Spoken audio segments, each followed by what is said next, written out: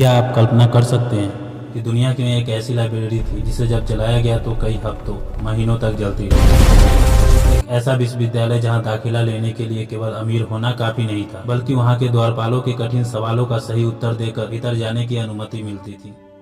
यह केवल एक पत्थरों से बना विश्वविद्यालय नहीं था, यह मानवता के इतिहास का वह स्वर्णिम मस्तक था जहाँ दुनिया भर के सारा ज्ञान आकर नतमस्तक हो जाती थी। यह नालंदा के वैभव की कहानी नहीं, यह उस अदम्य भारतीय मेघा की कहानी है जिसे शून्य से लेकर अनंत तक का सफर तय किया और फिर अंत में एक ऐसी त्रासदी का सामना किया मानवता की सामूहिक चेतना को सदियों पीछे धकेल दिया। परंतु 12वीं शताब्दी तक राजनीतिक परिस्थितियां बदल चुकी थी। पाल साम्राज्य, जिसने सदियों तक नालंदा विश्वविद्यालय को संरक्षण दिया था, 8वीं-9वीं शताब्दी के आसपास धर्मपाल और देवपाल के समय जो वैभव था अब इतिहास बन चुका था। बिहार बंगाल क्षेत्र पर अब सेन वंश का प्रभाव, विशेषकर लक्ष्मण सेन। लेकिन यह संरक्षण पहले जैसा सख्त नहीं था। बहुत संस्थान राज्य के अनुदानों पर निर्भर थे। जब राजाओं की प्राथमिकताएं बदली तो अनुदान घटे, और जब अनुदान घटे तो संस्थान कमजोर होने लगी।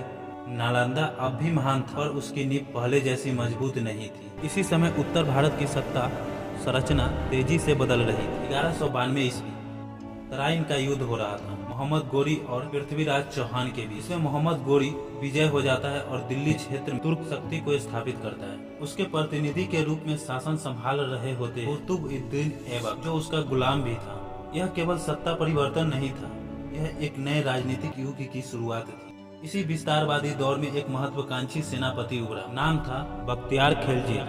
वह कोई सम्राट नहीं था, वह तेज घुड़सवार टुकड़ियों का सेना नायक। उसकी रणनीति थी अचानक हमला, तीव्र प्रहार और शीघ्र विजय। 1193 से 1200 ईस्वी के बीच बख्तियार ने बिहार की ओर अभियान चलाया। समकालीन फारसी ग्रंथ तबकात-ए-नासरी में वर्णित है, उसने बिहार के एक बड़े बौद्ध विहार पर अचानक आक्रमण किया जहां अनेक विद्वान रहते थे। अधिकांश इतिहासकार इस उल्लेख को नालंदा और विक्रमशिला जैसे महाविहारों से जोड़ते हैं। यह हमला केवल धार्मिक आवेश नहीं था, यह उस समय की सैन्य राजनीति का हिस्सा था। राजनीतिक और सांस्कृतिक प्रभाव के केंद्रों को निष्क्रिय करना विजय को अस्थायी बनाने का तरीका माना जाता था। यह प्रश्न स्वाभाविक है, इतना बड़ा ज्ञान का केंद्र तो फिर असुरक्षित क्यों? सुरक्षा कहाँ? लेकिन आपको उत्तर दुखद ही मिलेगा।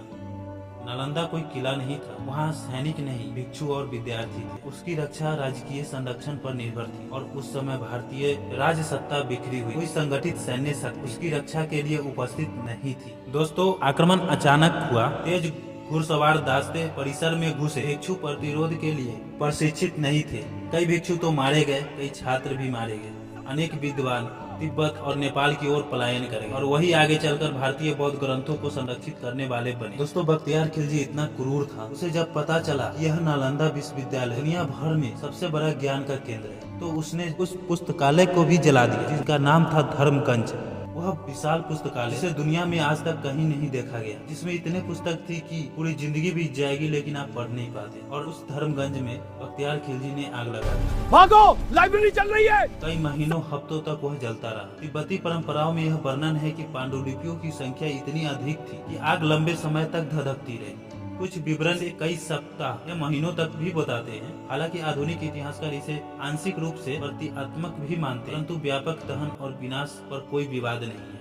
यह समझना आवश्यक है, नालंदा का पतन केवल एक आक्रमण का परिणाम नहीं था। राजकीय संरक्षण का साक्ष्य, आर्थिक संसाधनों की कमी और भारत में बौद्ध धर्म का कार्मिक अपशासन और बख्तियार खिलजी का आक्रमण प्रतिक्रिया का अंतिम निर्णायक आघात सिद्ध हुआ। इस घटना के बाद भारत में संगठित बौद्ध शिक्षा लगभग समाप्त हो। ज्ञान की परंपरा तिब्बत और अन्य क्षेत्रों में जीवित रही, पर मगध की भूमि पर एक युग का अंत हो चुका था। और इतिहास आज भी पूछता है, क्या सभ्यताएं तलवार से नष्ट होती है या संरक्षण के अभाव से? कमेंट कर जरूर बताना।